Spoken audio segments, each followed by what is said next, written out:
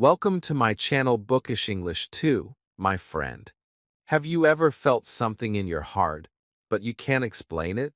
A strange feeling. Not pain, not joy. Something sweet and sad. Maybe that's love. Maybe it's something else. Today, I will tell you a story. The first story of love. A story of a young heart. A story of change. A story that will help you learn English and understand your own feelings too. Tell me in the comments. Have you ever felt something you couldn't explain? Chapter 1. The Game at Midnight. The room was quiet. The guests were gone. Only two men sat near the fire. One was the host. The other was Vladimir Petrovich. The clock on the wall said midnight. But they didn't want to sleep. They were talking. They were remembering something important. The host smiled and said, "Let's play a game. Let's tell the story of our first love." The other man laughed. "That's a big game," he said. "Love is not a story. It's something you feel deep in your heart. Something that never leaves." The host looked at him and said, "Then it's your turn. Tell us." Vladimir Petrovich was not a young man now. His hair was turning gray. His eyes were calm but tired. He didn't speak right away. He looked into the fire. His face became serious. "My story is not a normal love story," he said slowly. "It is not beautiful, but it is true." The host listened, but Vladimir did not begin. He stood up and said, "I cannot say it with words. I will write it in a notebook. Then I will read it to you next time." The host agreed. They shook hands. And that night, Vladimir went home, sat down in his room, and started to write. He wrote with his heart.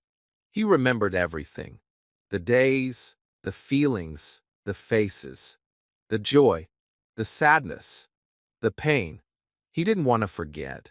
He wanted to give it a voice, so it could live again, and so he could finally say goodbye. "I was 16 when it happened," he began. "It was summer. The sky was blue. The air was soft. I lived in Moscow with my parents. We had a house with a garden. The garden had tall trees, flowers, and a small fence. It was quiet. I had no school that summer. I had no job. I had no plan. I only had time. I used that time to walk.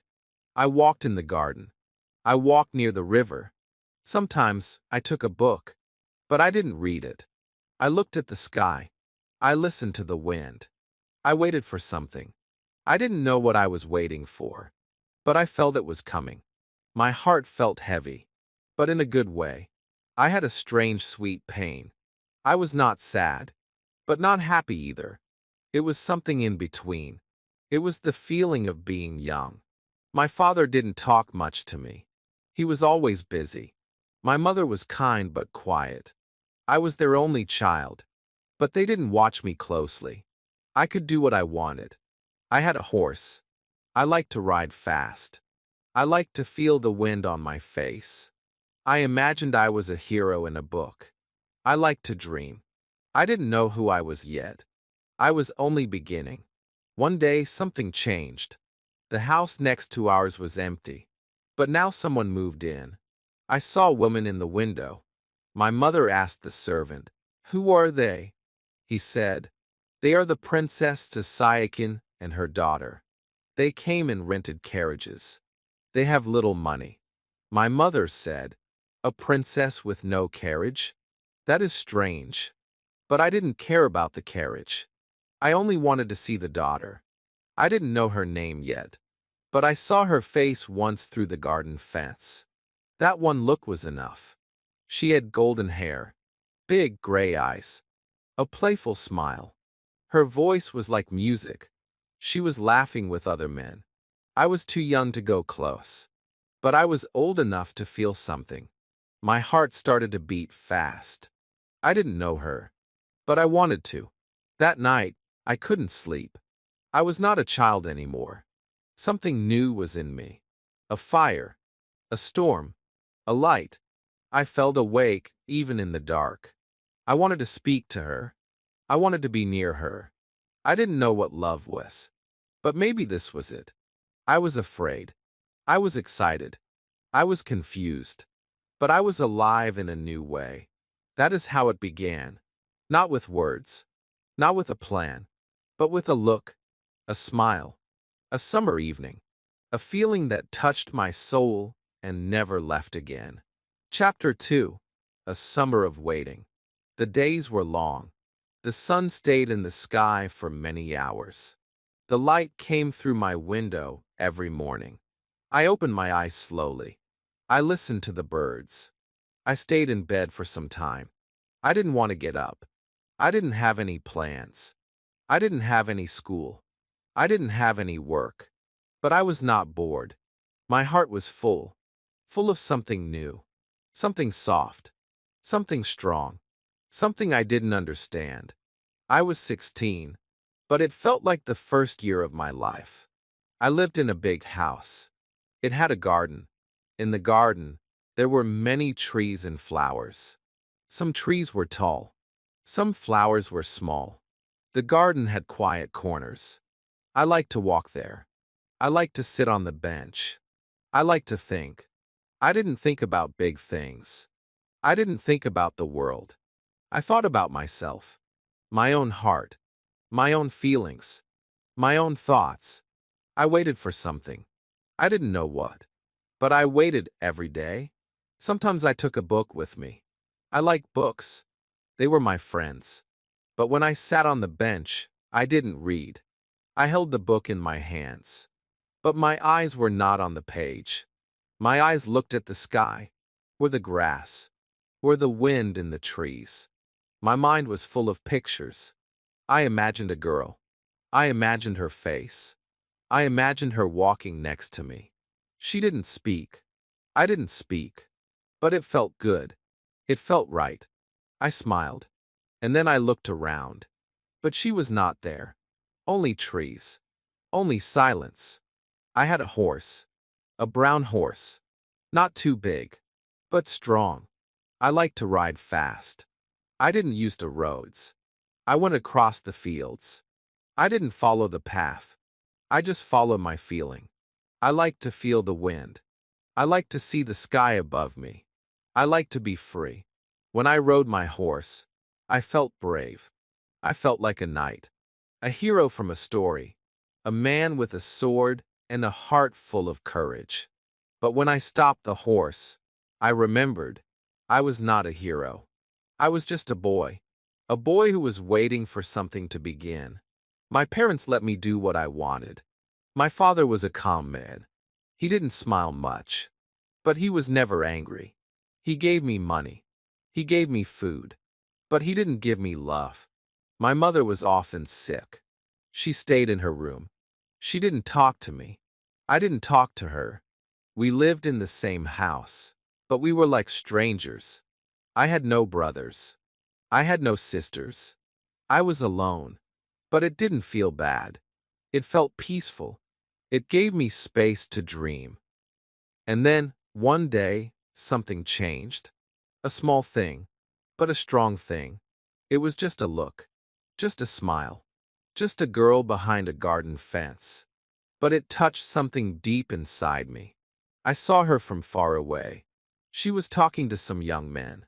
She laughed. She moved her hands in the air. She touched one of the men with a flower.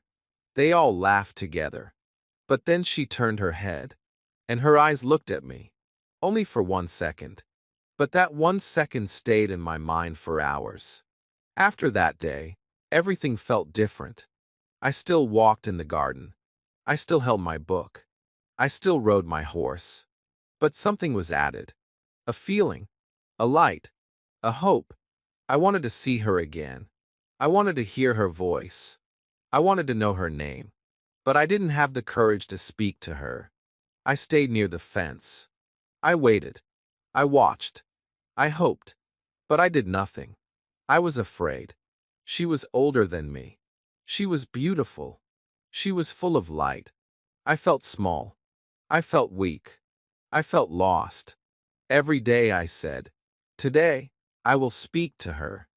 But I didn't. I waited for a chance. But I didn't take it. The summer moved slowly. But inside me, everything was fast. My heart was beating more. My dreams were stronger. My thoughts were louder. I wanted to understand what was happening. But I couldn't. It was new. It was strange. It was beautiful. It was painful. But I didn't want it to stop. This was not just summer. This was something else. This was the beginning of love. This was the beginning of change. Chapter 3. The Princess Next Door. It was a normal day. The sun was high. The garden was quiet. I walked slowly near the small fence. I like to walk there now. I didn't tell anyone why. I just walked and hoped. Maybe I would see her again. Maybe she would be near the window. Maybe I would hear her voice. I didn't want to go too close. I didn't want her to see me looking, but I couldn't stop my feet. They always took me to that same place. Near the fence. Near the house next door. The house that changed my life. That house was old. It was small. The paint was not new. The wood was dark. It looked poor. My mother said, "That place is not for people with a name." But the woman who lived there had a title. She was a princess. Princess Tsayakin. That was her name. She was not rich. She was not young. But she was still proud. She had a daughter. That was the girl I saw. That was the girl with golden hair and silver eyes. The girl who made the air feel new. The girl who made the sun warmer. The girl who made my heart open. I didn't know her name yet. But I knew her voice. I knew her laugh. I knew the way she smiled when she played. She was different. She was not like the girls I knew. She didn't walk quietly. She didn't hide her face. She laughed loud. She moved fast. She made jokes. She played games. She was full of energy, full of life. And the young men around her, strong, smart, proud men, they looked at her like she was a queen. And maybe she was. A queen of hearts. She ruled my heart without even knowing my name. My mother didn't like the princess. She said, "She has no money. She wants help. She is not like us." I listened, but I didn't agree. My mother saw an old woman and a small house. But I saw something else. I saw magic. I saw a world that was new to me. A world where feelings were bigger. A world where your heart could fly. My mother didn't understand that world. She was busy with dinners, clothes, and long letters. But I wanted something more. I wanted fire. I wanted color. I wanted her. One day, I saw something that stayed in my eyes forever. It was evening. The air was soft. I walked to the fence. I looked across quietly. And there she was, on the grass. Her dress was pink. Her hair was light. She held small flowers in her hand. Around her were 4 young men. They laughed. They let her touch their foreheads with the flowers. She touched each one gently. And they smiled. They waited for their turn. Like little boys. She was having fun. But it was more than fun. She had power. And she knew it. I stopped walking. I didn't want to move. I didn't want to break the moment. I just watched her.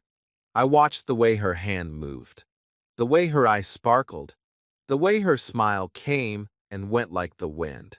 I forgot about myself. I forgot about my book. I forgot about my name. I only knew one thing. I wanted her to see me. I wanted her to laugh with me. I wanted her to touch my forehead too. But then, someone saw me.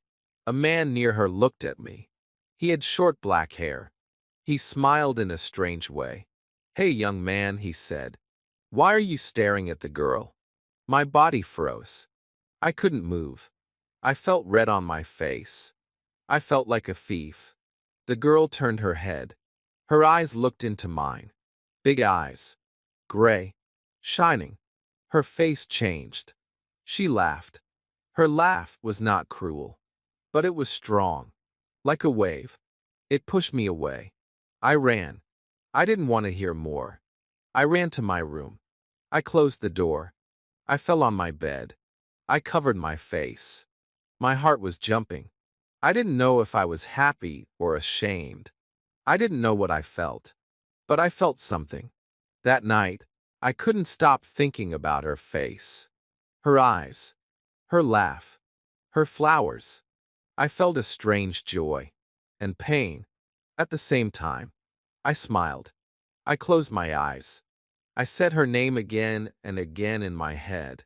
Even though I didn't know it yet. I didn't know who she was. But I knew one thing. I wanted to see her again. And the next day, I knew I had to find a way.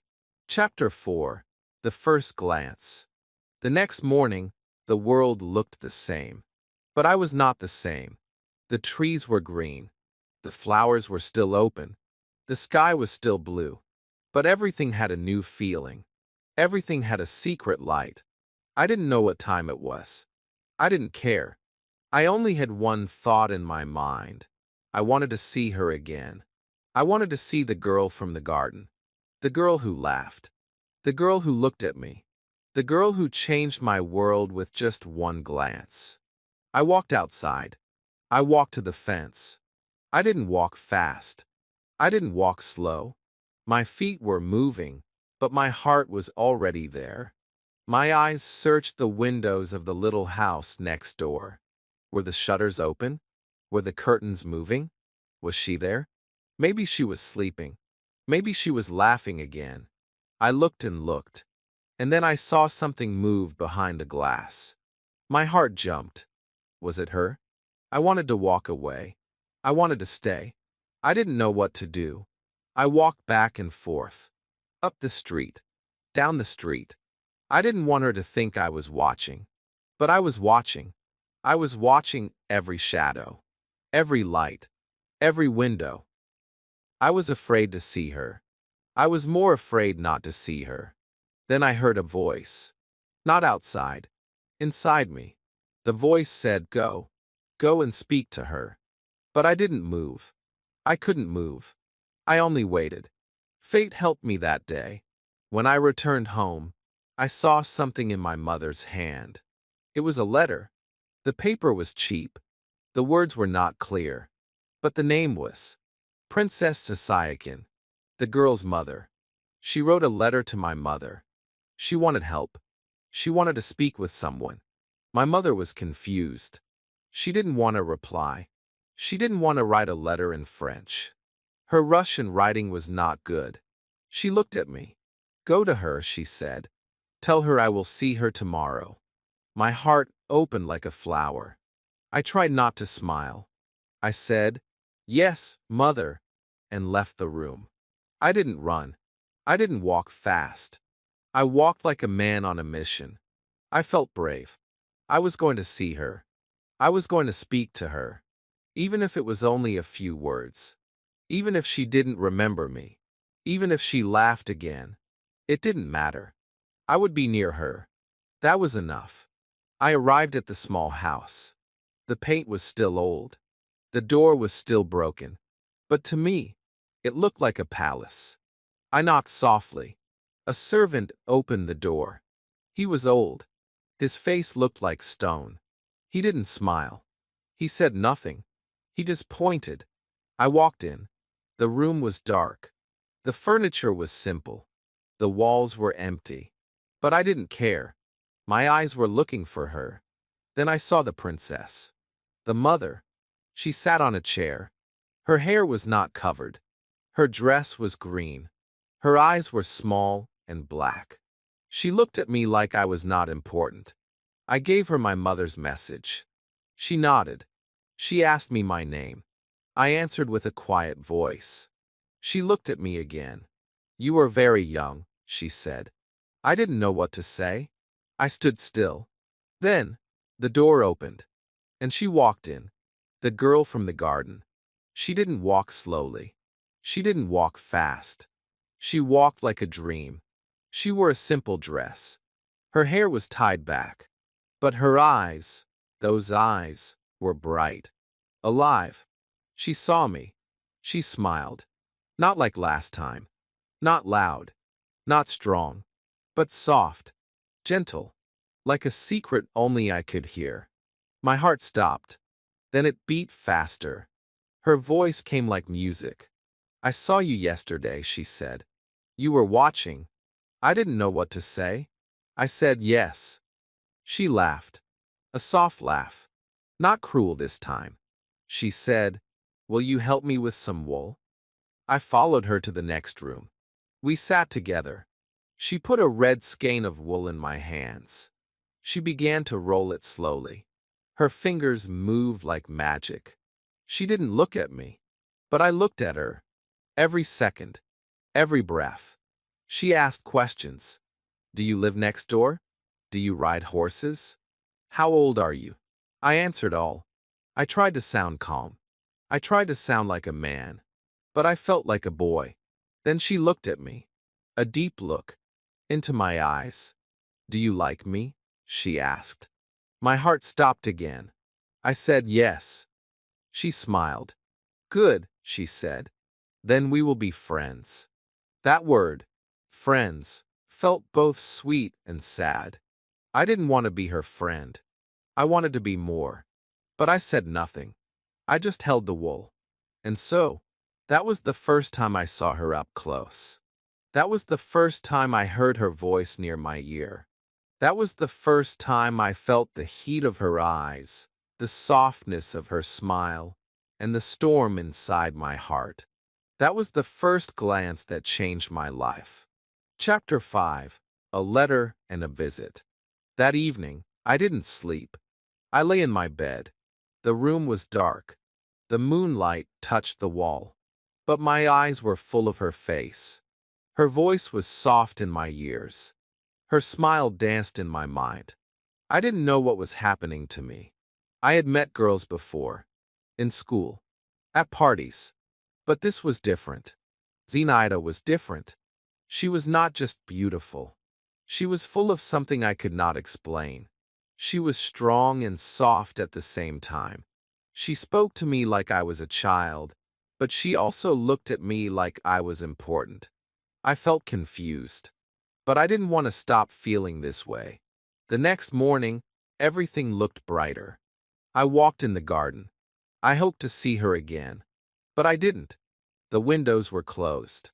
The little house was quiet. I looked and waited. Then I remembered something. My mother had asked the princess to visit our house. She was supposed to come today. With her daughter. I didn't want to look too excited. I didn't want anyone to know. But inside, I was full of hope. I tried to look normal. I wore my best clothes. Not too fancy, but clean. I combed my hair. I looked in the mirror. I didn't like what I saw. I was too thin. My face looked too young. I wanted to be a man. A man she could love. But I was still just a boy. I took a deep breath. I waited for the bell. At 1 o'clock, they came. The princess wore the same green dress. She walked slowly. Her face was tired. Her voice was loud. She began to talk to my mother about problems. Money. Letters. People she knew. She didn't stop talking. She took snuff. She laughed. Then she sighed. She was not shy. She was not quiet.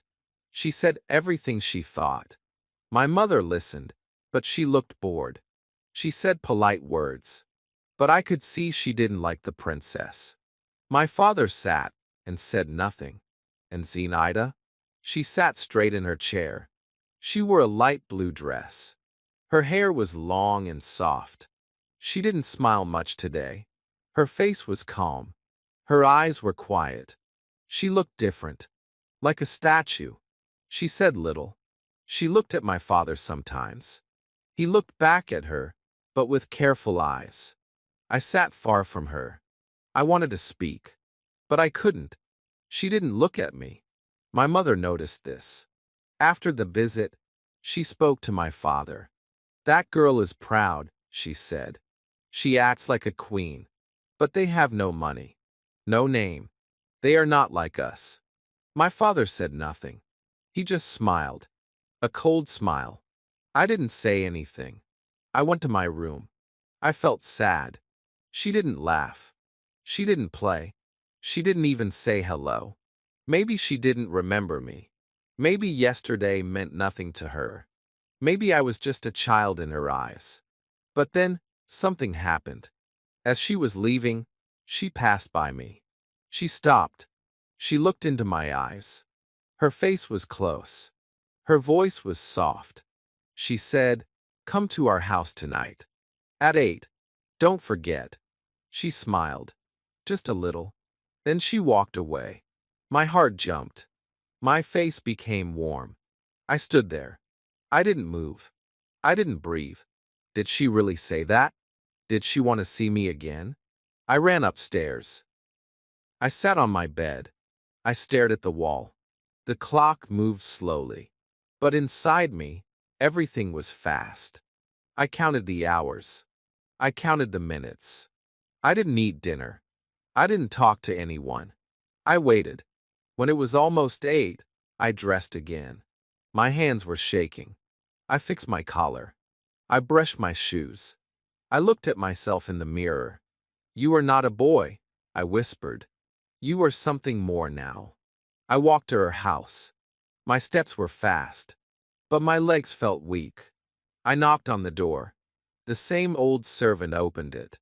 He didn't smile. He didn't speak. He just let me in. I heard voices inside. I heard laughter. I walked into the room, and there she was. Zinaida was standing on a chair. She was holding a hat.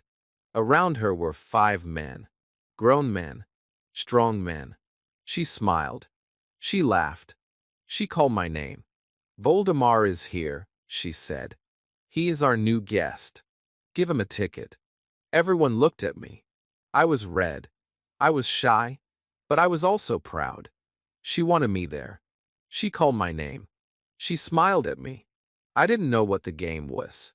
I didn't know the rules. But I was ready to play. I was ready to be near her. I was ready to step into her world. Because now, I had received the second invitation. And that, for me, was the real beginning of everything. Chapter 6.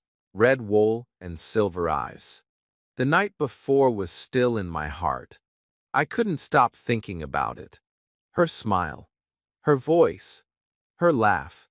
The way she stood on the chair, full of life, with all those men around her. And yet, she called my name. She saw me. Out of all the people, she looked at me. My hands were cold, but my heart was warm. When I went to bed, I didn't sleep for a long time. I lay in the dark and watched the ceiling. I could hear the laughter in my ears.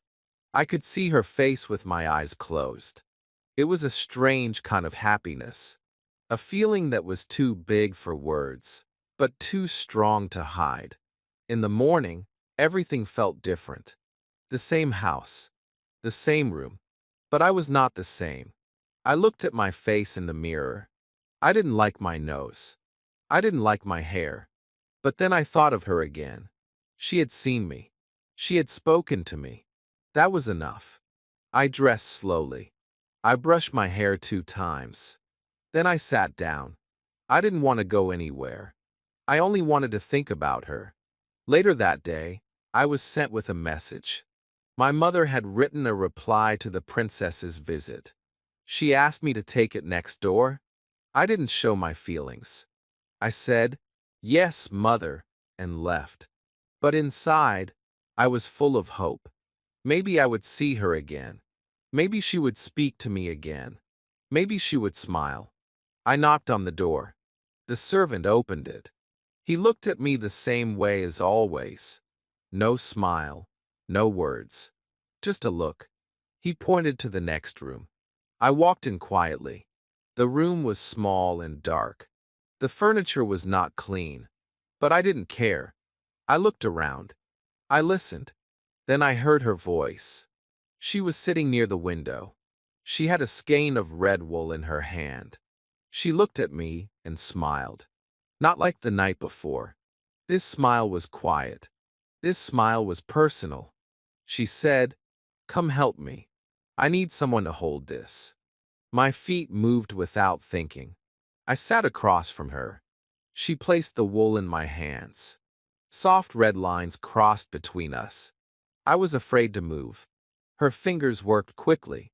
She rolled the wool into a ball. Her hands touched the threads gently. The red color looked bright against her skin. Her eyes stayed down. But then, slowly, she looked up. Our eyes met. Her eyes were not just gray. They were silver, shining like water in the moonlight. I forgot how to breathe. She asked me questions. My name, my age, my favorite things. I answered with a small voice. But I watched her. Every word she said was like music. She didn't laugh this time. She spoke like she was thinking, like she wanted to know me. And when she looked at me, I felt like the only person in the world. She stopped rolling the wool for a moment. She looked at me and said, "You are 16. I am 21. That means I'm your big sister. You must listen to me." She smiled again. But it was not a joke. It was something else. Something soft. Something kind. She looked at me like I was young, but also important. I didn't know what to say. I just nodded. I looked at her hands. They were small, but full of energy. She touched the wool, and the wool obeyed. She touched my heart, and my heart obeyed too. She looked into my eyes again. "Do you like me?" she asked. Her voice was sweet, but her eyes were sharp. I didn't know what to say, but I didn't want to lie. "Yes," I said. "I do." She laughed. A soft laugh. Not loud like in the garden. Not playful like with the other men. This laugh was just for me. She leaned back and said, "Then we are friends. And you must always tell me the truth." I held the wool tighter. My hands were sweating. My heart was loud. I wanted to tell her more. I wanted to say everything. But I stayed quiet. I just looked at her face. Her eyes. Her lips. The small curve of her nose. I wanted to remember everything. I wanted to take a picture with my eyes and never forget it. We sat like that for a long time, talking a little, laughing a little. The red wool passed between us. Thread by thread, word by word. My love was growing. Not loud, not wild, but deep and strong, like a river under the ground. I didn't know what she felt. I didn't know what she wanted. But I knew what I felt. I wanted her to smile again. I wanted her to look at me again. I wanted this moment to last forever. Chapter 7. The Kitten and the Soldier. The day after we rolled the red wool, I could not stop thinking about her hands. So light, so quick, and the way she looked at me when she said, "Then we are friends." I said yes, but in my heart, I wanted more. I didn't understand love before that moment. But now, I felt it growing inside me like a flower. Quiet but alive. Small but strong. Her eyes were still in my dreams. Her voice stayed in my ears. And her laugh, even when it was soft, was like music in my soul. I walked around the house with her name in my head. I said nothing to my parents. I ate quietly. I didn't want to talk about anything else. When evening came, I walked to her house again. I was not invited, but something pulled me there. I didn't need a reason. I just needed to be near her. I knocked softly. The door opened. I heard voices inside. And I heard her laugh, this time louder, full of joy. I stepped inside slowly, afraid and excited. My eyes looked around. The room was full of people again. Some I knew, some I didn't. But my eyes only looked for her. And then I saw her. She was kneeling on the floor. Her dress touched the carpet. Her head was down, but her face was full of wonder.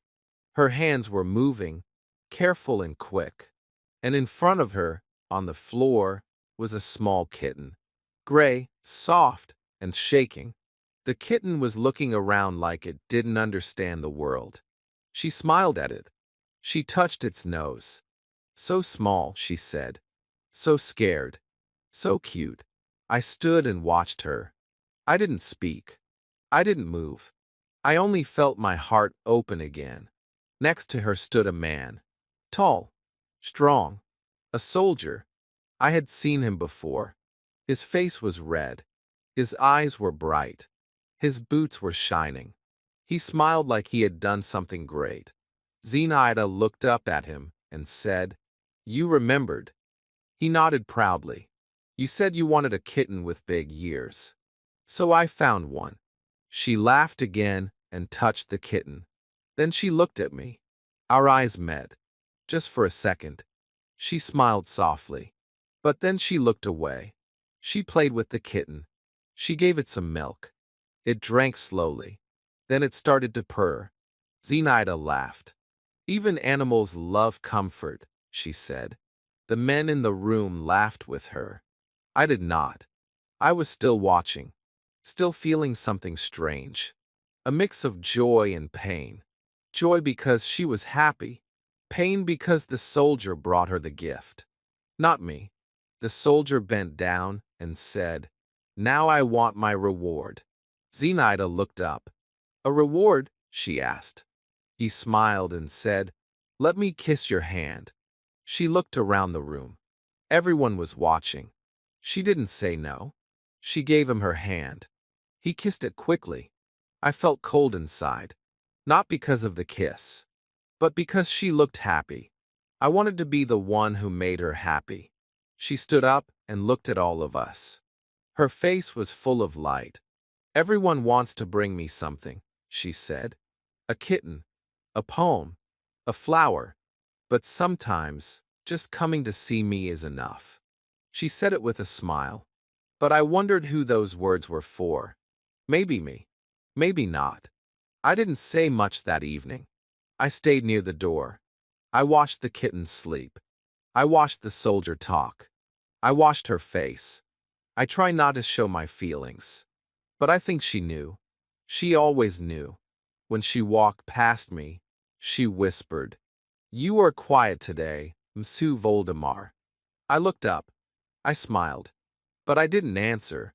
My heart was too full. I didn't trust my voice. That night, I went home and sat in the dark.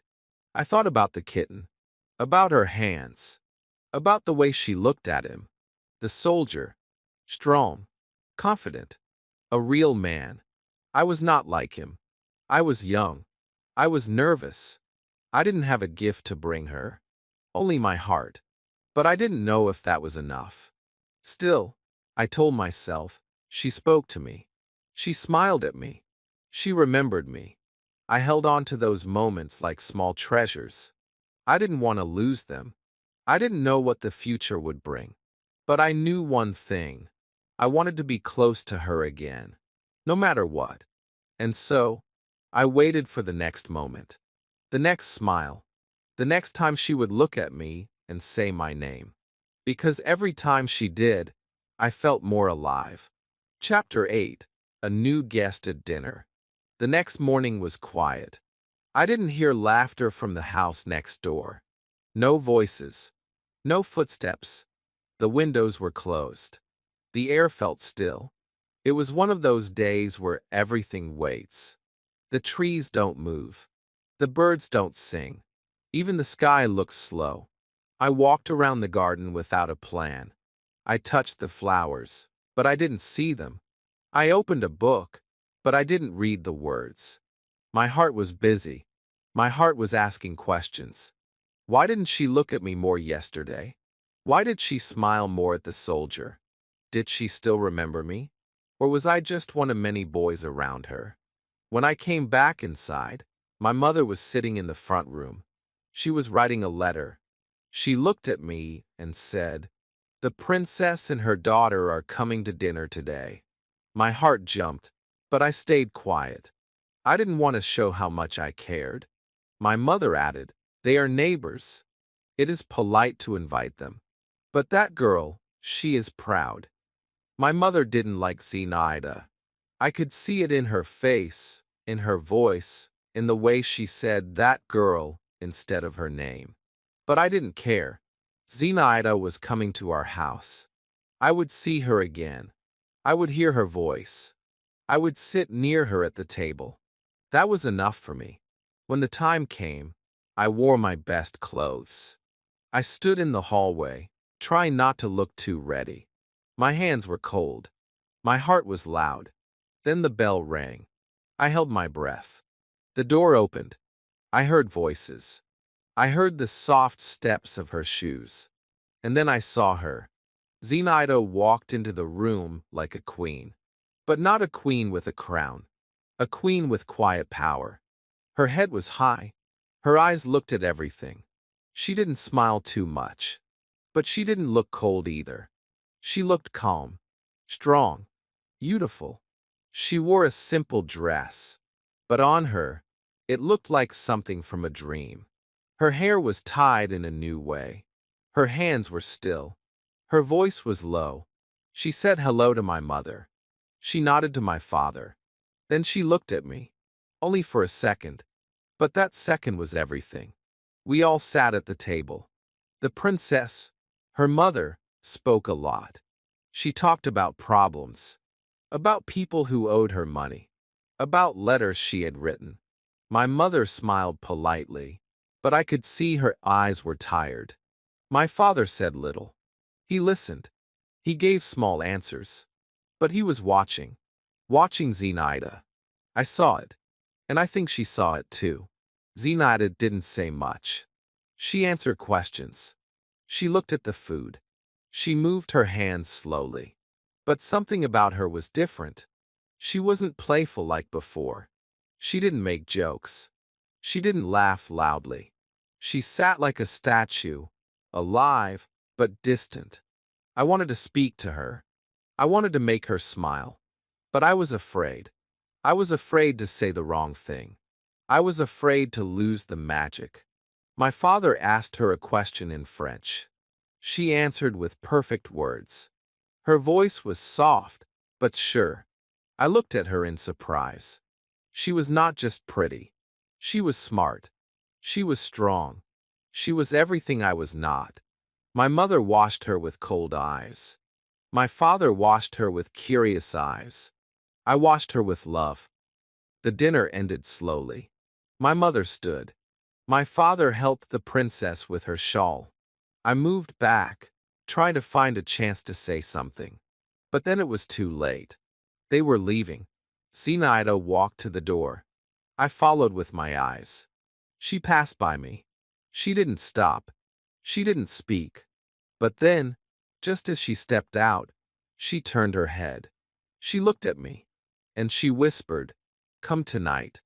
At 8. That small sentence hit my heart like lightning. It was soft. It was fast. But it burned into me. She still remembered. She still wanted me near. I stood there for a long time after she left. My mother was talking to my father. They didn't see me. They didn't know what had happened. They didn't know that one sentence had changed everything again. That night, I didn't wait until 8. I went early. I walked slowly. I knocked on the door. I was nervous, but I was ready. I didn't know what would happen, but I knew she wanted me there. That was enough. Because in a world full of doubts, that one small invitation felt like the greatest gift of all. Chapter 9. The Game of Love. That evening, the sky was soft with pink clouds and gold light. The birds were singing less, as if they too were getting ready for sleep. But my heart was not sleepy. It was running. It was wide awake. I walked to her house with quiet steps, but loud feelings. Her words were still echoing in my mind. Come tonight. At 8. That sentence was a light in my dark thoughts. It told me I was not forgotten. It told me I still had a place near her. When I knocked on the door, a servant opened it and let me in. The room inside was warm, with candlelight dancing on the walls. There were people there, again, the usual group, the soldier, the poet, the doctor, a young man with a guitar. Zenaida sat in the middle, like always. But tonight, she was different. She was full of life again. Her eyes sparkled. Her laugh returned. It felt like summer had come back to her face. "Ah, here comes our young friend," she said when she saw me. I smiled and sat quietly. The others were talking, joking, telling stories. But I was only watching her. Every time she moved, I noticed. Every time she laughed, my heart lifted. She was like the sun. Everyone wanted her attention. Everyone wanted to be close. Then she clapped her hands. "Let's play a game," she said. Everyone turned to her.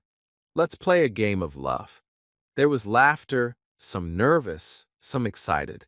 "Each of you," she continued, "must tell what love means to you.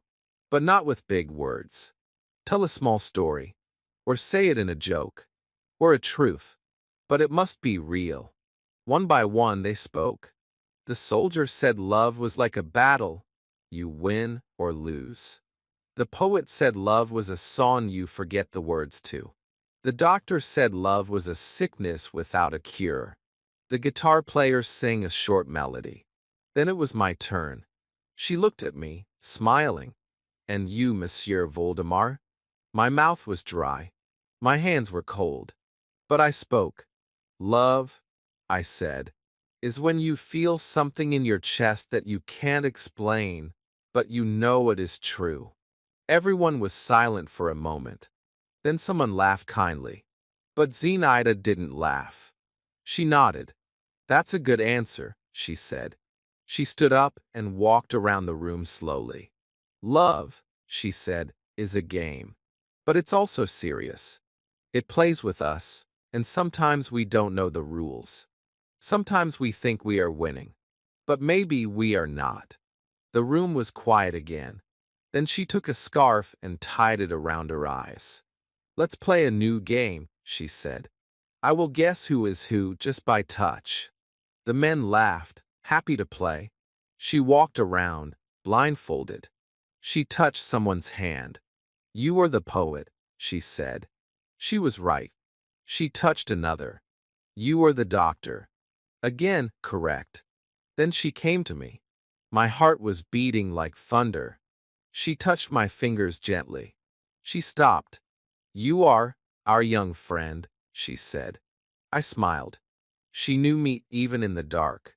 When the game ended, she took off the scarf and looked at all of us. Her face was calm again. "Thank you for playing," she said. "Now go home. I'm tired." The others stood up. They thanked her. They left, one by one. But before I could leave, she stopped me with her eyes. She didn't speak. She just looked. And in that look, I felt something deep. It was not loud. It was not clear. But it was powerful.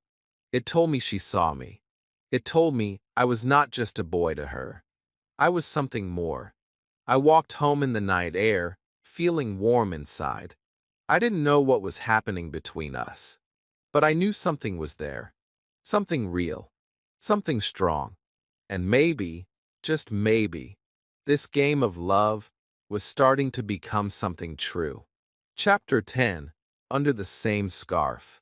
That night, I could not sleep. I lay on my bed, eyes wide open, heart still full of the evening's light. The words from the game were still alive inside me. Love is a battle. Love is a sickness. Love is a game. But for me, love was none of those things. It was a scarf tied across my eyes, yet I still saw her. It was the way her hand found mine in the dark. It was the way she said my name without needing to speak it. That scarf was only a piece of cloth for others, but for me, it became the bridge between my dream and reality. The next day, I didn't go to the garden. I didn't walk in circles, waiting. I stayed in my room, quiet, thinking. My heart was afraid. afraid that it was all just a game to her, afraid that I was still only a boy in her eyes. But then, as if she could feel my fear from afar, there was a soft knock on the door. A letter, a small piece of paper, folded gently. No name on the outside. But I knew it was from her. Inside were just a few words. Come to the garden. I have something to show you. My hands shook as I read it.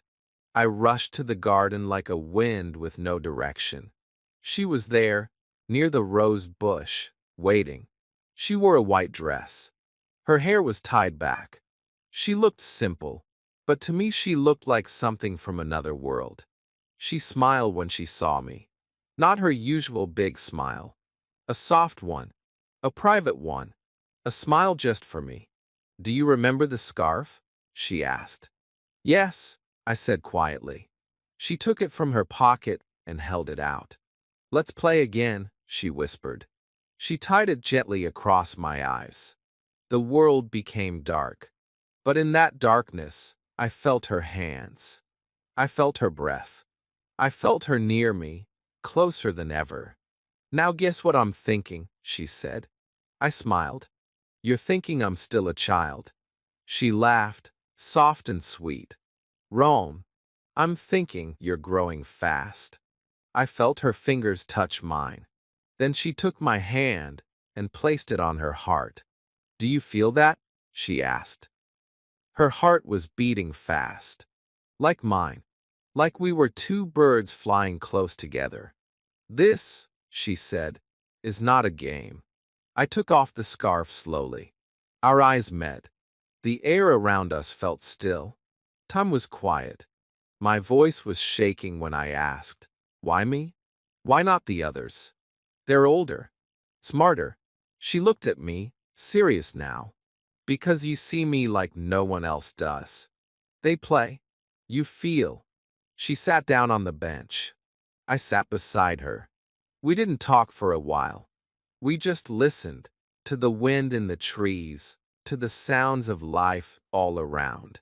She looked at the sky and said, sometimes I'm scared too. You? I said, but you're so brave. She shook her head. I wear smiles like armor. But inside, I don't know everything. I make mistakes. I hurt people. I get lost. I wanted to say something smart, something strong, but I was quiet. Then I said, even if you get lost, I will still be here, in the same garden. She looked at me, eyes wet but not sad. You're not a child, Voldemar, she said softly. Not anymore. Then she leaned in and kissed my forehead. Just once. Just lightly.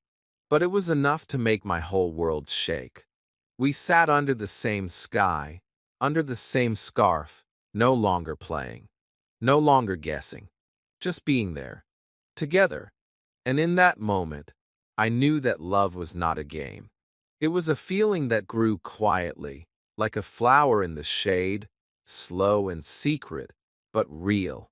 Chapter 11. A Long Night with Lightning. That night, the air felt heavy. The sky was full of gray clouds, and the wind had changed its voice. It was no longer soft. It whispered something sharp, like a warning. I stayed in my room, looking out the window. The trees moved fast. The world was waiting for something. And I was waiting for her. After what happened under the scarf, I couldn't stop thinking. I couldn't rest. My chest was full of feelings I didn't know how to carry. Joy and fear. Hope and doubt. Her kiss on my forehead was still burning, like a candle that never went out. I closed my eyes and saw her smile. I opened them and saw lightning far away. The rain came suddenly. First just a few drops, then a storm. The wind hit the windows. Thunder spoke like an angry god. But inside me, there was a different kind of storm. I wanted to run. I wanted to see her again, even if just for 1 minute. Even if only to say goodnight. I took my coat and went outside. My father's voice shouted behind me, but I didn't listen. My feet moved fast on the wet ground. The garden was dark and wild. Trees were dancing, leaves were flying, and I was there, alone, but not afraid. I reached her house, but the lights were off. Everything was quiet. My heart dropped. Maybe she was asleep. Maybe she didn't want to see me again. Maybe it really was just a soft moment under a scarf and nothing more. But then, I saw a light in the window above. Just a small one, like a candle. I waited under the tree near the wall. I watched. The wind pushed against me, but I stayed. My clothes were wet, my hands were shaking. But I waited. Then something happened. The curtains moved. A face appeared. It was her. She looked down and saw me. Her eyes were tired, but they still held that soft fire. She didn't wave. She didn't smile. But she didn't turn away. She stood there, watching me, like I was a question she couldn't answer. Then lightning flashed. For 1 second, the sky became white. I saw her face clearly. She looked sad. The rain fell harder. And in that second, something changed in my heart. I realized I didn't understand her. Not really. I loved her, but I didn't know who she truly was. She was kind, but also distant. She gave me a kiss, but then walked away. She smiled, but carried pain. She was close, but also far. I wanted to save her. I wanted to be her world. But I was still just learning how big her world was. I was still just a boy standing in the rain, thinking love meant one thing, while she knew it meant many. The light in the window went out. She was gone, but I didn't move. I stayed under that tree for a long time, letting the storm speak, letting the water touch my skin, letting my heart learn how to feel without always needing answers. I walked home when the storm was quiet. The sky was still crying, but softer now. My shoes were full of mud. My coat was heavy, but something in me felt clean. I didn't knock on the door. I climbed through the window. I sat on my bed, cold and wet. But I didn't care. That night, I didn't sleep.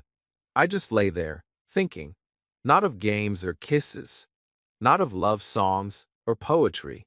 I thought of her eyes in the window. I thought of the sadness in her face. I thought of how love could be beautiful and confusing at the same time. I thought maybe that's what growing up meant. Learning that feelings don't always follow rules. That people can care for you, but still walk away. That sometimes the most powerful things in life happen in silence, during storms, when no one else is watching. And when the morning came, I was still awake. The birds were singing again. The clouds were running away. But I was not the same boy anymore. Something inside me had changed. Something deep. And I knew. I would never forget that long night with lightning. Chapter 12. A cold face, a secret look. The morning after the storm was full of sunshine, but I felt no warmth. My clothes were dry, my hair combed, my shoes clean, but my chest was still heavy. I walked through the garden slowly. The same flowers were there, the same smells, the same wind in the trees. But something was different. Something inside me had changed. I looked at every leaf, every petal, and asked myself, will she come today? But my heart whispered, don't expect too much. I sat on the old bench, the one near the roses. I waited. Time moved slow. My eyes watched the gate again and again.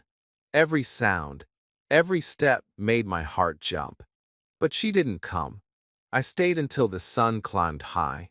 Then I went back to the house. But my heart stayed there, waiting without me. Later that day, my father said we were going to visit the neighbors again. I tried to act calm. I said, okay, without emotion. But inside, I was burning. I wanted to see her again. I wanted to ask her why she looked at me like that through the window, why her eyes were sad, why she disappeared into the night. We arrived at the house. The princess welcomed us. Her smile was sweet, but I looked past her. I searched for one face. And then I saw her. She stood at the end of the room, talking to someone older. She didn't look at me. Not even once. I stood there, frozen. I wanted to go to her, to say something, but I couldn't move. Finally, she turned. Just for a second. Her eyes met mine, but there was no smile, no warmth, only silence, cold, like the morning frost. Then she looked away again, and continued talking like nothing had happened. That 1 second was enough to break something in me. I didn't understand. How could she be so far when she was so near? Dinner came. We sat around the table. The candles danced. The food was warm. People laughed and told stories. But I was not part of it. I was somewhere else. Stuck in that moment when she looked at me without feeling. My spoon touched my plate, but I tasted nothing. At one point, she said something that made others laugh. She smiled, wide and bright. But it wasn't the smile she gave me in the garden. That one was gone. I watched her laugh with others. I watched her speak softly to an older man. I watched her eyes shine for someone else. And I knew something was slipping away from me. After dinner, I walked alone in the hallway. My mind was loud. My heart was loud. I couldn't stay quiet anymore. I turned a corner, and there she was. Alone, looking out the window. The same window from last night. I stepped closer. "Hello," I said. She turned slowly. "Hello." Her voice was calm, like I was a stranger. "I waited for you today," I said. She looked at me, her face still. "Why?" "Because of yesterday," I whispered. She sighed. Yesterday was just a moment. My hands felt cold. My voice cracked. But it meant something to me. She looked away. "You're sweet, Voldemar. But you are still learning what love really is." "I'm learning," I said. "But not because of books. Because of you." She touched my hand gently. "Don't hurt yourself for me." "Too late," I said. She gave me one last look. That look stayed with me forever. It had love. It had pain. It had a secret she wouldn't tell. A secret I didn't know how to ask about. And then she walked away. That night, I walked home slowly. The stars were above, but I didn't look at them. I looked down, at my shoes, at the road, at the shadow I was becoming. I knew I still loved her. But I also knew love could be quiet. Love could be one look that says everything and nothing. Love could be a cold face that once held warmth. The secret look that never speaks again. And that's when I learned. Sometimes, love doesn't end in goodbye. It ends in silence. Chapter 13. A Ride, a Bow of Fear. The days after that silent moment felt longer than any season. I walked the garden as usual, but I no longer expected to see her. I watched the trees and listened to the birds, but they sounded different now. I still went through the same routines, reading, walking, smiling at guests, but my heart was somewhere else. It was back in that hallway where she looked at me and said, "You are still learning what love really is." I didn't want to learn. I wanted to feel, to believe, to hope. But her eyes had told me a truth I wasn't ready for. One afternoon, I heard the sound of horses outside. I looked through the window and saw a carriage. A man in a dark coat stood near it, talking to the princess and her. She was laughing. Her hair moved with the wind. Her hands held the side of the carriage. And the man, he was not young, but not old. Strong shoulders, confident face. The kind of man who doesn't need to speak to be noticed. My father stood beside me and smiled. "That's Count Malevsky," he said. "He's close to the princess. A regular guest." I didn't answer. My eyes were on her. Her dress was blue that day, and the color made her look even more beautiful. Or maybe it was just my imagination making her shine brighter, even as she faded from my world. The man helped her into the carriage. Then he looked back and saw me watching. He gave a little bow, more of a joke than respect, and she followed his eyes. For a brief moment, our gazes touched again. But this time, hers was different. No sadness, no warmth, just something unreadable, like a curtain had been pulled between us. Then she turned her head, laughed at something the man said, and the carriage began to move. I stood frozen, my fingers against the glass. I wanted to run after them.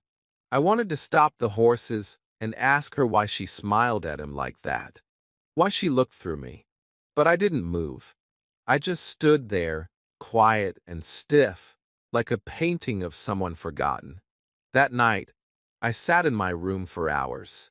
I tried to write in my notebook, but the words made no sense. I tore the page out. I stared at the ceiling. I stared at my hands. They were shaking, not from cold, but from something I didn't understand then, fear. A kind of fear that rises when you know someone is walking out of your life, and you can't stop them. The next day, I saw her again in the garden. She was alone. The air was soft, the sky clear. I walked up to her slowly. She turned and smiled. Not the warm one, not the secret one, but a polite one, like people give to strangers at a shop. "Are you writing again today?" I asked. "Maybe," she said. "It depends on the count." I felt the word count strike me like a stone. "You enjoy his company?" She looked at me, surprised. "He's kind and interesting." I swallowed hard. "Do you love him?" She laughed, gently. "You're too young to ask such things." "But I feel something," I said. "Isn't that enough?" She touched my arm. "Feelings are beautiful, Voldemar. But they don't always lead where we want." "Then why give them?" I asked, my voice suddenly louder. She looked at me, serious now. "Because sometimes, we just want to feel alive." I didn't understand her then. I wanted answers, but all she gave me were puzzles. She walked away again, and I didn't follow. My legs wouldn't move. My heart was too full. And for the first time, I was afraid, not of losing her, but of not understanding her at all. That evening, I saw the Count again. He tipped his hat to me with that same smile, the one that wasn't really friendly. I nodded, but inside I was burning. I watched them ride together, her hair flying, her laughter light in the air. And I stood there, a boy holding too many questions, afraid of the answers.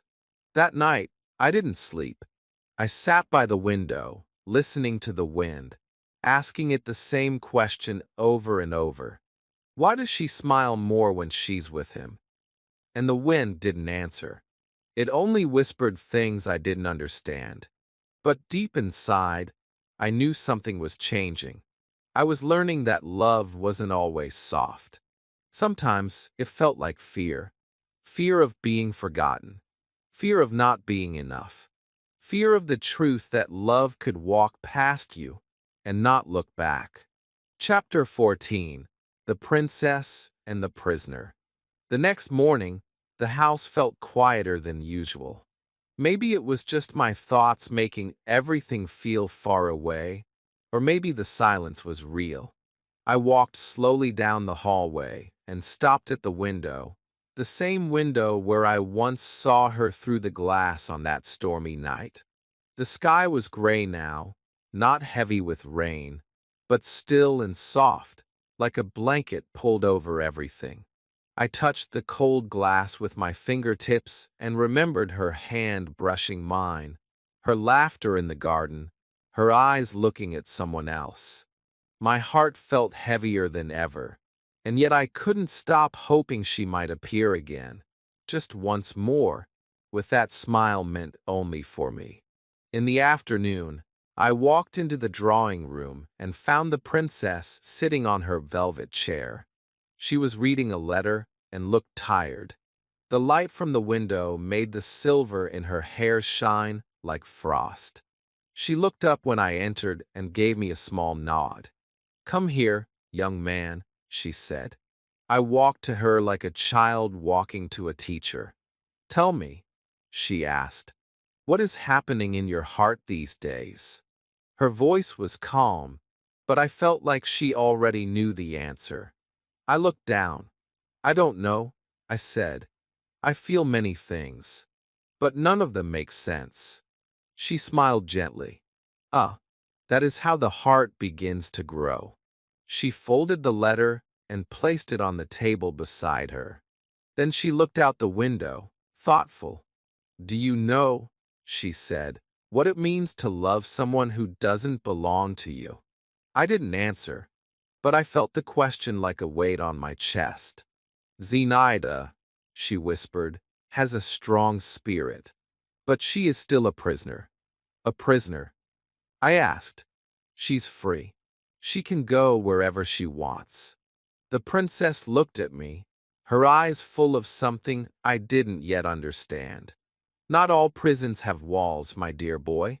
Sometimes the strongest chains are invisible." I stood quietly, unsure if I should ask what she meant. But before I could speak again, she motioned me closer. "She is clever, your Zenaida. She plays many games. Not just with you. With herself. With the world."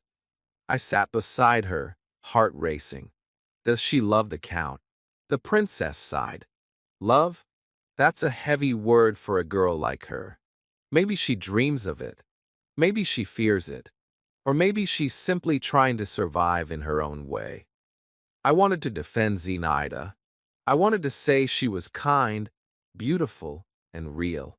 But the words stayed in my mouth. Somewhere deep inside, I was beginning to see what the princess meant. Zenaida was not just a girl in a garden. She was a storm of feelings, a mystery I could never solve, a fire that both warmed and burned. Later that evening, I saw her again. She was sitting on a bench under the tree, the same tree where we once shared stories and laughter. She was alone, her eyes on the ground. I walked up to her, and she looked at me slowly. "You came," she said. "I always come," I said quietly. She smiled, but it was not the bright smile I remembered. It was tired, distant. "Sometimes I wish you wouldn't," she said. "Because you still believe." I sat beside her. "What else can I do?" She didn't answer right away. She looked up at the sky, and then back at me. "Do you think I'm a good person, Voldemar?" The question surprised me. "Yes," I said. "I think you're kind." She laughed, but there was sadness in it. "Kind? I hurt people without meaning to." "You never hurt me," I said. She turned her head. "Haven't I?" I wanted to say no. I wanted to tell her that every word, every look, even every goodbye was still beautiful to me. But the truth was already clear in her eyes. She was a prisoner of her feelings, of her fears, of something I couldn't see. And maybe I was her prisoner too. "I don't want to lose you," I whispered. She touched my hand softly. "You never had me." The words hit like ice. But she said them with so much care that they didn't feel cruel. They felt like truth, the kind that breaks and heals at the same time. She leaned forward and kissed my cheek. Then she stood up and walked away slowly, her dress moving like water in the wind. That night, I didn't cry. I just lay in my bed and looked at the ceiling. I saw stars that weren't there. I heard her voice in my mind. I felt her hand still holding mine. And I realized she had never belonged to anyone. Not the Count, not me, not even herself. Zenaida was the kind of person who left a mark you could never wash away. And maybe that was her prison. And mine too. Chapter 15, The Garden Talk. The garden had changed. The flowers were still there, but they didn't smell the same. The grass was green, but it didn't feel soft under my shoes anymore. Everything looked as it was before, but something inside me had shifted.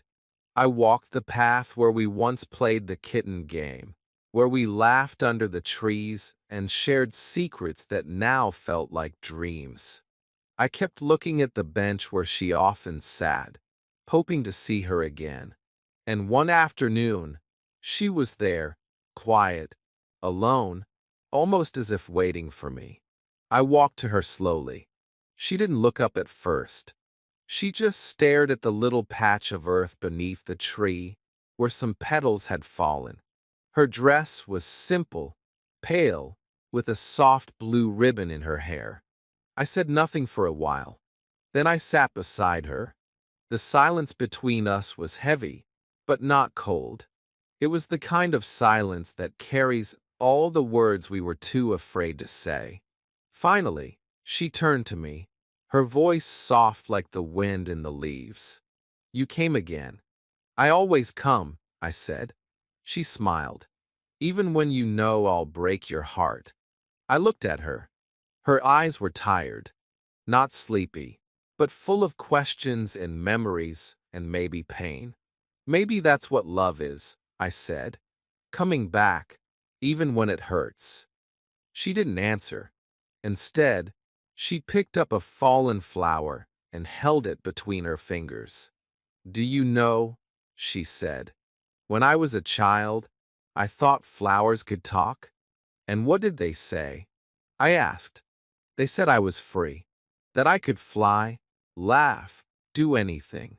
But now, they only whisper things I don't want to hear."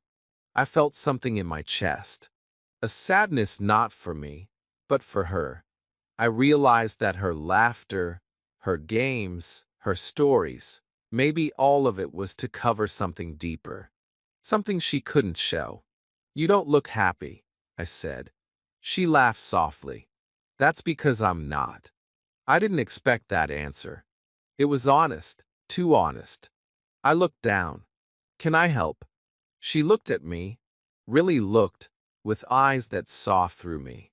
"You already do, just by being here. But you can't change what I am." "What are you?" "I'm someone who's still searching. For something. Maybe love, maybe peace. I don't even know." We sat together in silence. The wind played with her ribbon. I washed her hands, her eyes, the way she breathed slowly like she was trying to hold something inside. Then she turned to me again. "Do you remember the first time we met?" "Yes. You were laughing. And you were staring," she said with a smile.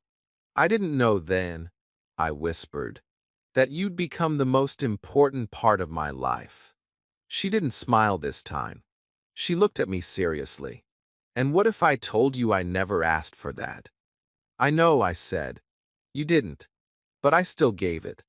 She stood up slowly and walked a few steps, then turned back to me. "You're a good boy, Voldemar. Too good for someone like me." "Why do you say that?"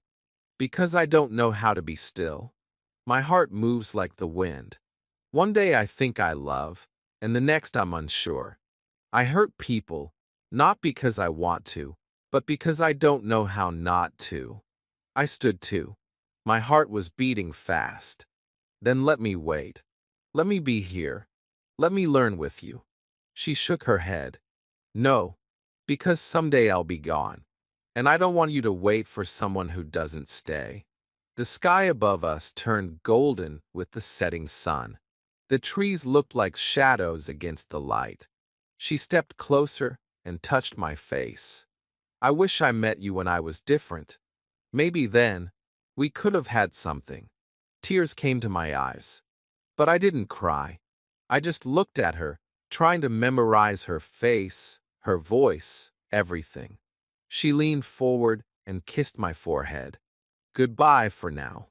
Then she walked away slowly, not looking back. I stood in the garden until it got dark, until the moon came, until the stars looked like little hopes in the sky. I thought about everything she said. I didn't know if I would see her again. I didn't know if my heart would ever feel the same. But I knew one thing. That moment, that talk in the garden, was real, and I would carry it with me forever.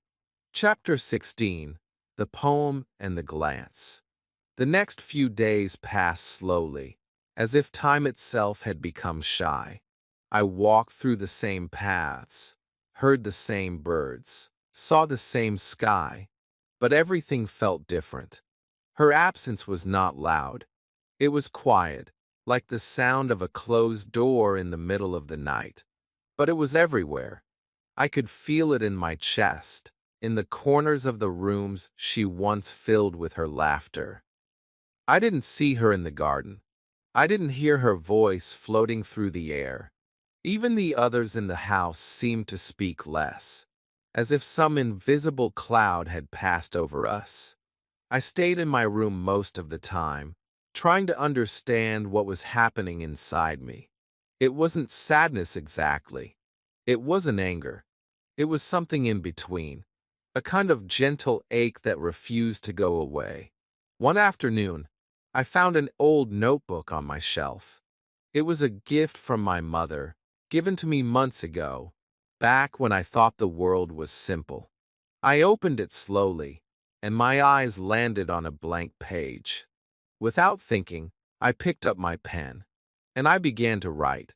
Not a letter, not a story, but a poem about her smile that made me forget where I was, about her voice that danced in the air like a song only I could hear, about her eyes, those eyes that never stayed in one place, always looking beyond the moment, beyond the room, beyond me. The words came like rain, soft and endless. I didn't stop to think. I didn't stop to edit. I just wrote, line after line, feeling after feeling. When I finished, I looked at the paper and saw something I never expected, my heart written out loud. I folded the page and held it in my hand. My fingers shook. I knew what I wanted to do. I wanted to give it to her. But I didn't know how. I didn't know if I should. Maybe she wouldn't care. Maybe she would laugh. Maybe she wouldn't even read it. But I couldn't keep it. It didn't belong to me anymore. It belonged to her. That evening, I walked quietly to the house next door. I saw the maid by the gate and gave her the paper. Please, I said, give this to her. Don't say who it's from. The maid nodded with a soft smile, and I walked away quickly before I changed my mind. That night, I couldn't sleep. I lay in bed, eyes wide open, staring at the ceiling. I imagined her reading the poem. I imagined her smile, or maybe her tears. I imagined everything. And in the middle of all that imagining, I heard a soft sound, like footsteps.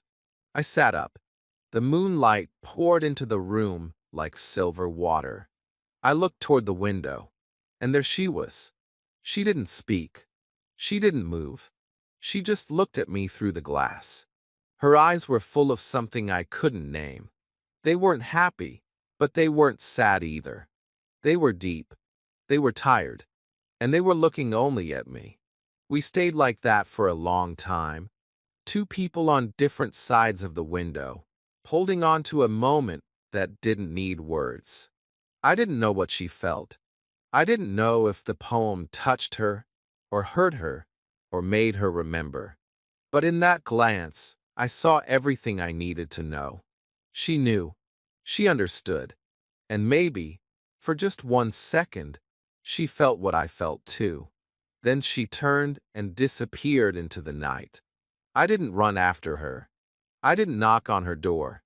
I just sat by the window for hours, feeling the cool air on my face, listening to the quiet world, holding that moment in my heart like a secret treasure.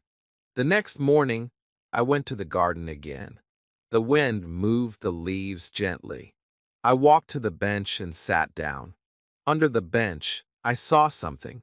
A single flower, wrapped in a piece of ribbon, the same blue ribbon she wore in her hair. I picked it up with both hands and closed my eyes. She had answered, not with a letter, not with a voice, but with a gesture, a flower, a ribbon, a memory, and that was enough. Chapter 17. The Doctor's Warning. It was late summer now.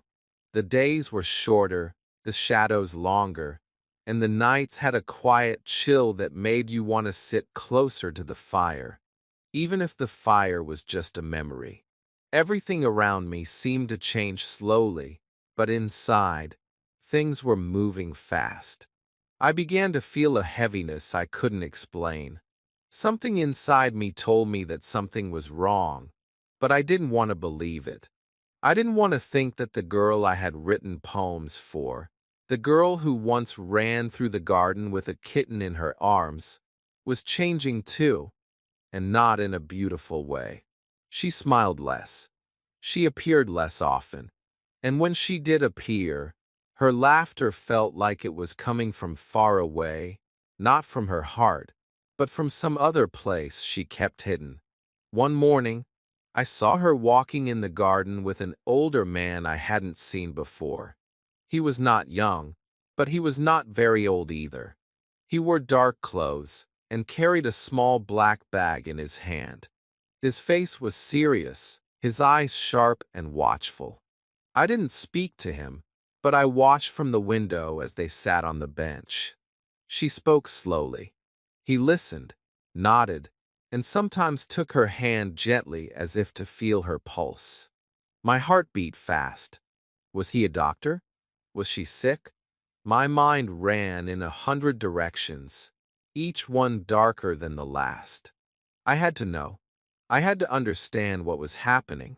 Later that day, I waited near the gate, pretending to read a book. When the man came out, I greeted him politely. He stopped and looked at me for a moment, then smiled, not coldly, but with care. "You are a friend of the family?" he asked. I nodded quickly. "Yes, I know the princess, a little." He paused. Then he said softly, "Sometimes, knowing a little can be harder than knowing everything." I didn't understand what he meant. So I asked, "Is she all right?" The man looked at the trees for a long time, then back at me. His eyes had something in them I didn't like, kindness mixed with sadness. "She's strong," he said, "but strength is not always enough." I asked again, more seriously, "Is she sick?" He nodded slowly. "She needs rest. Peace. A heart like hers carries many weights, even the invisible ones." "You care for her?" "Yes," I said without hesitation. "Then don't ask too many questions," he replied gently. "Just be near. That is sometimes the best medicine." And with that, he walked away. I stood by the gate long after he had gone. My heart was beating like a drum. A strange fear settled inside me. A fear of losing something I didn't even fully have. I wanted to run to her and ask what was wrong. I wanted to hold her hand and say, "Don't go anywhere. Stay. Just stay." But I didn't. I stayed where I was, holding the silence like a stone in my chest. That evening, I saw her again. She was walking slowly in the garden, touching the leaves as if saying goodbye. I walked toward her, and she turned before I said anything. Her face was pale, but her smile was calm. "I saw the doctor," I said. She nodded. "Yes, he's kind." "Is something wrong?" I asked. She looked at me for a long moment. Then she said, "Life is not always about answers. Sometimes it's about accepting what you don't know. Do you want to go away?" I asked her softly. She didn't answer with words. She reached out and touched my arm. Her fingers were cold. Don't be sad, she said. We all leave something behind. But we also take something with us. What will you take? I asked. She smiled gently. Your eyes. And then she walked away again. That night, I didn't sleep. I sat in the dark, listening to the wind whisper through the windows. The doctor's words echoed in my head. Her hands, her voice, her smile. All of it felt like a story that was reaching its end. But I wasn't ready for the last page. I wanted more chapters, more walks, more silences, more poems. But sometimes, life doesn't wait for you to be ready. It just moves forward. And all you can do is follow, heart open, eyes full, and hands still warm from the touch of someone you may never forget. Chapter 18. I know now. The days that followed felt like walking through a fog. I went outside, I ate my meals, I heard people talking, but none of it stayed with me. Everything seemed to pass through me like wine through thin cloth. I kept looking for her in the garden, hoping for one more glance, one more smile, one more shared silence. But she didn't come. The house next door was quiet. The windows were shut, and the scent of her perfume no longer floated through the summer air. I felt like I was chasing a ghost, and maybe in a way, I was. I didn't want to believe she was gone, not yet. I kept holding on to the idea that she would return, walk through the grass with that half-smile on her face, and say something that made no sense, but somehow made everything feel better. I didn't want to say goodbye. I didn't know how. One morning, I walked past her house and saw something strange. The curtains were all open. The front door was wide, and two men were carrying a large trunk down the steps. Her maid stood nearby, wiping her eyes with a cloth. I froze. My heart knew before my mind could speak. She was leaving. No goodbye, no explanation. Just like that, gone. I walked quickly to the gate, hoping to find someone, anyone who could give me answers. The maid saw me and nodded slowly. She didn't speak, but her eyes were kind. I asked where the princess had gone. The maid looked away and said softly, "To rest." Far away. The doctor said she needs quiet, peace, no visitors. I stood still, trying not to let my face show everything I felt. My world had tilted. I had imagined 100 ways our story would change. But I never imagined it would just end. I turned and walked away, slowly, my steps heavy. I didn't know where to go. I wandered through the streets for hours, not really seeing anything. Every bench reminded me of her. Every flower, every tree, every soft breeze that touched my face. Everything whispered her name, as if the world itself was teasing me. When I came home that night, I went to my room and sat at my desk. The poem I wrote her was still there, folded neatly in a drawer. I took it out and read it again. The words felt different now.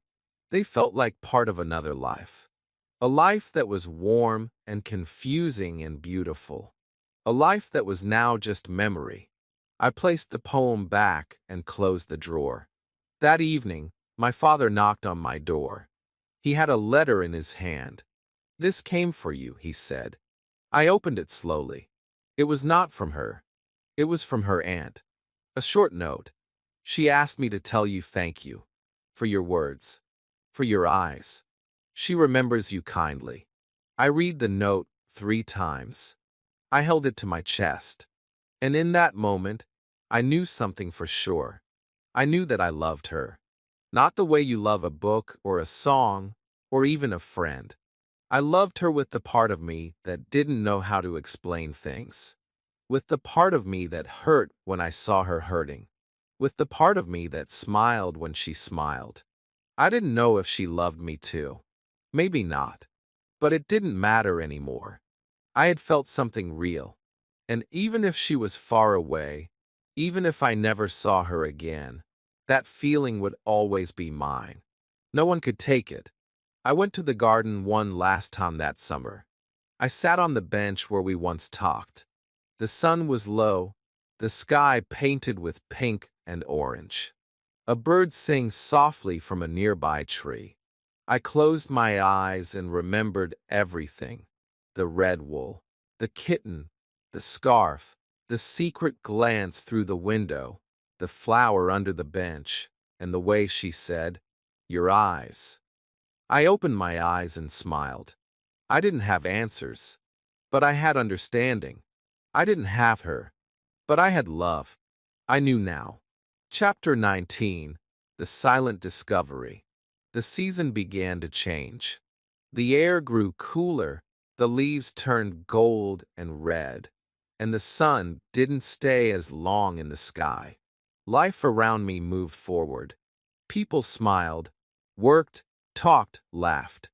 But something inside me had changed. I was not the same boy who once watched a girl laugh under a tree or played word games with her in the garden. That boy still lived in me, but he now had something new, an ache that didn't hurt, but didn't leave. And in that silence, something else started to grow. Not pain, not joy, just understanding. One day, my father came home earlier than usual. He looked tired, but in a strange way, like someone carrying a thought too heavy to share. He sat in his chair without saying much. I tried to talk to him, but he only gave short answers. He wasn't angry, just far away, lost in his own mind. I watched him closely. I began to wonder if he too was carrying something inside, some secret feeling, some silent story that he could never say out loud. The next morning, something happened that changed everything for me. I went into my father's study to look for a book. On the desk, I saw an envelope. It had no name on it, just sealed and placed neatly, as if waiting for someone. I should not have touched it, but something in me moved my hand. I opened it slowly. Inside was a letter, written in beautiful handwriting.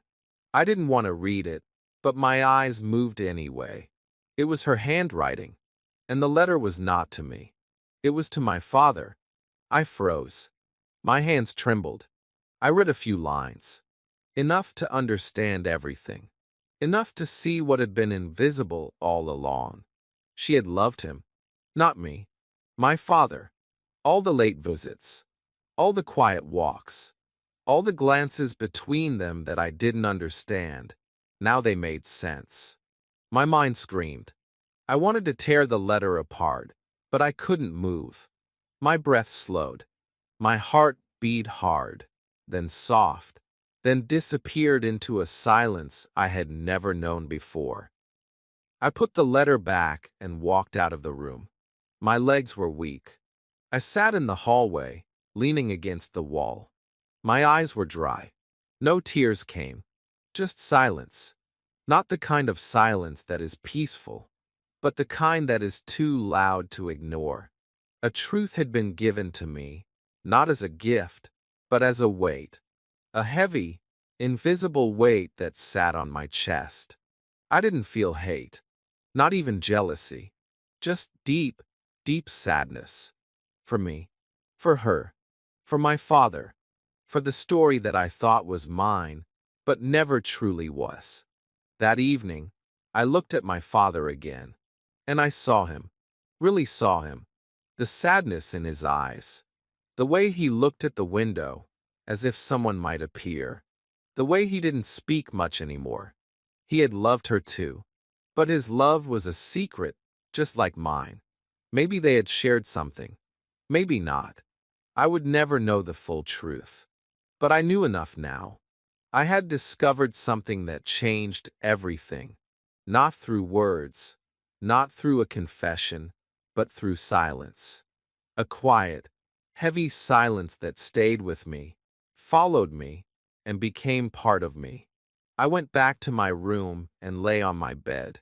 I stared at the ceiling and tried to remember her face. But now it looked different.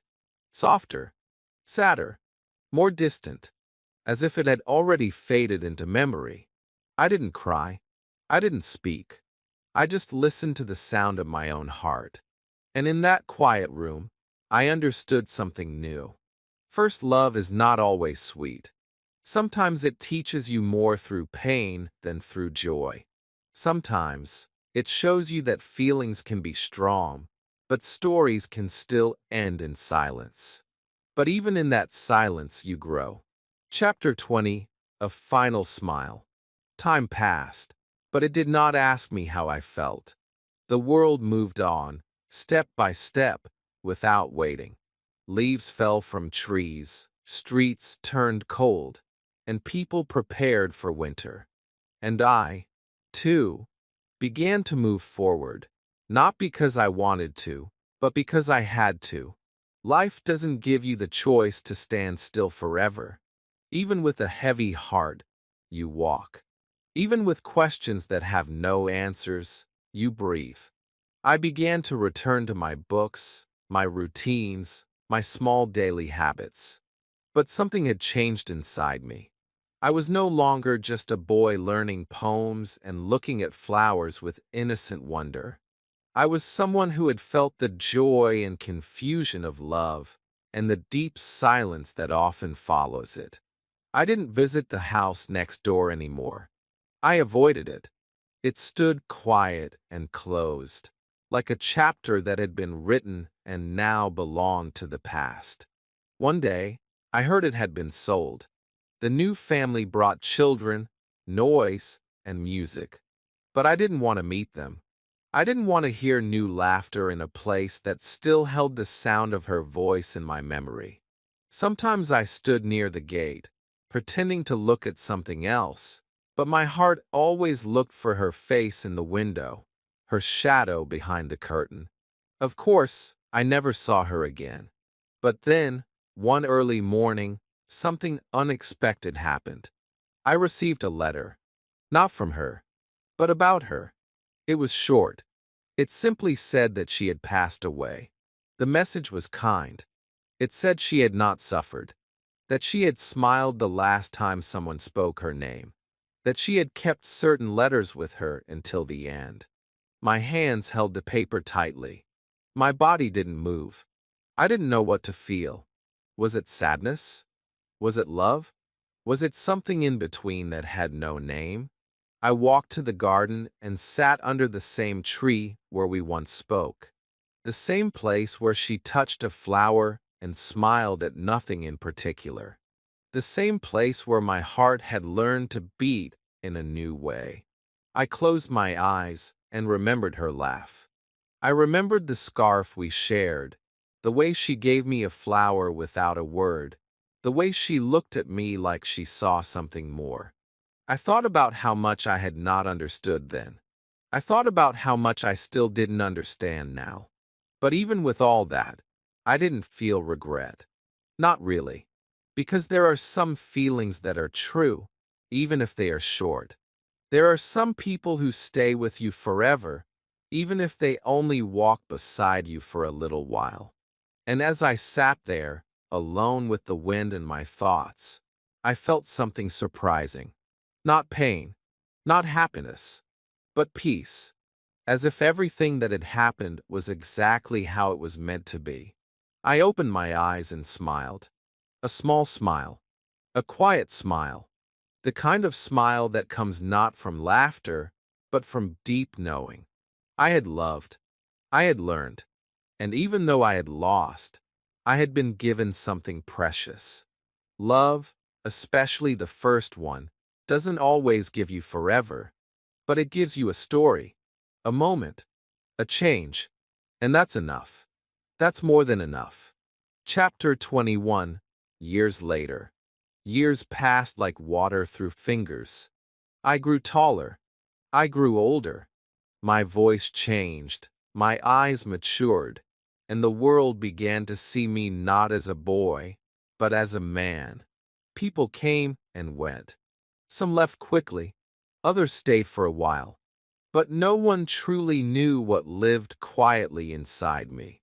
The memory of her, the summer days, the laughter between two garden trees, the scarf we shared, the words we never said. Life brought new dreams, new struggles, new people, even new loves. But none of them erased the first. They only added to the story of who I became. Sometimes, during quiet evenings, I would walk through the same streets where I once waited for her. The city had changed. New buildings stood where old ones once leaned. The flowers were different, and even the air seemed to carry a new rhythm. But the memories did not change. They lived untouched in the deepest room of my heart, like an old book I never opened but never forgot. I never told anyone the full story, not because I was ashamed, but because some stories are not for sharing. Some feelings are too soft to be spoken out loud. They are like music that only plays in silence. One autumn, many years later, I was invited to an event in another town. It was a meeting of old families, people who once knew each other when the world was different. I sat quietly among them, listening to their stories, nodding politely, sipping warm tea. Then a woman approached me. She was older, kind-eyed, and gentle in her tone. She said she had known the princess. She used her name softly, like a feather falling on water. She told me things I didn't know.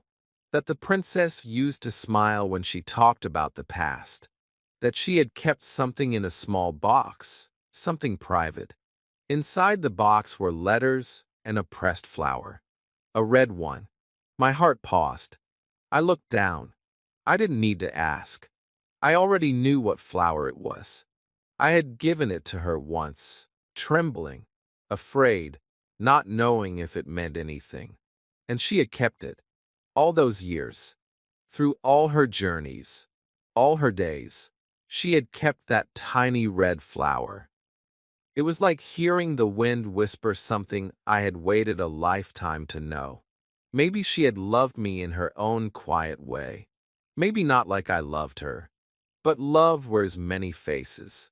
And sometimes, even a single flower can hold a world of feeling. That night, I walked under the stars alone. I didn't feel heavy. I didn't feel sad. I felt grateful. Because to love someone truly, even just once, is a gift. To be loved, even just for a moment, is enough to carry through 1,000 lonely days. I thought about the boy I used to be. Full of wonder, full of fear, full of questions. I smiled at him. I forgave him. I thanked him. Because that boy made me who I am now. And even if the world forgot her name, I never would. The first love never comes back. But it never leaves either. It just changes shape. It becomes a part of your voice, your silence, your dreams, your heart. It teaches you not just how to love, but how to live. Chapter 22. What First Love Taught Me. First love is not just a memory. It is a teacher. It doesn't arrive to give you everything you want. It comes to show you who you are. It touches you gently, then leaves quietly, but it leaves behind something you will carry for the rest of your life. Not a wound, not always joy, but a kind of wisdom that no book can teach. I used to think love was only about smiles, sweet words, soft hands. But I learned it is also about silence, waiting, growing, and letting go. My first love didn't end the way stories in books end. She didn't become my wife. We didn't grow old together. We didn't even say goodbye. But her presence in my life, short as it was, taught me more than years of living without her ever could. She taught me how powerful a glance can be. How one moment can stay in your heart forever. How someone can speak to you without saying a word. And how sometimes the things we don't understand in the moment are the ones that shape us the most. I remember her laugh. I remember the way her eyes lit up when she teased me. I remember the cold evening when she gave me her scarf. I remember the warm garden where we shared a flower. All these little things, so small, but they made me feel something big. And that's the magic of first love. It starts small, but becomes something endless inside you. Over time, I learned to live with the memory. I stopped hoping to meet her again. I stopped searching for her face in the crowd. But I never stopped being grateful. She helped me understand that love is not about owning someone. It's not about always being with them. Love, real love, is about what you become because of them. It's about the part of you that wakes up and grows when they walk into your life. And even if they walk out, that part of you stays alive. That's how I carried her with me. Not in photos, not in letters, but in the way I saw the world after her. I noticed more. I listened better. I spoke softer. I loved deeper. And maybe that's the greatest lesson of all. First love doesn't come to give you forever. It comes to show you what forever feels like, just for a moment, so you can recognize it again if it ever comes back. It teaches you the weight of a heart, the joy of a smile, the ache of a goodbye. And once you've felt all that, you are never the same again. You walk through the world differently because you have loved once, and that changes everything. To anyone watching this who has felt the ache of first love, or the confusion, or the sweetness, you are not alone. You are part of a quiet story that many hearts carry. And that story is beautiful, even if it ended with silence. So don't be afraid to remember. Don't be afraid to feel. Let that memory guide you, not haunt you. Let it remind you that you can love. You did love. And that means, one day, you will love again. Thank you for watching this story with me. If this video touched your heart, if you remembered someone while listening, write in the comments. I still carry that love. Don't forget to like the video, subscribe to the channel, and come back for more emotional English stories that help you learn and grow. Your English journey is not just about words. It's about feeling, living, and becoming stronger with every story. See you in the next video, my friend.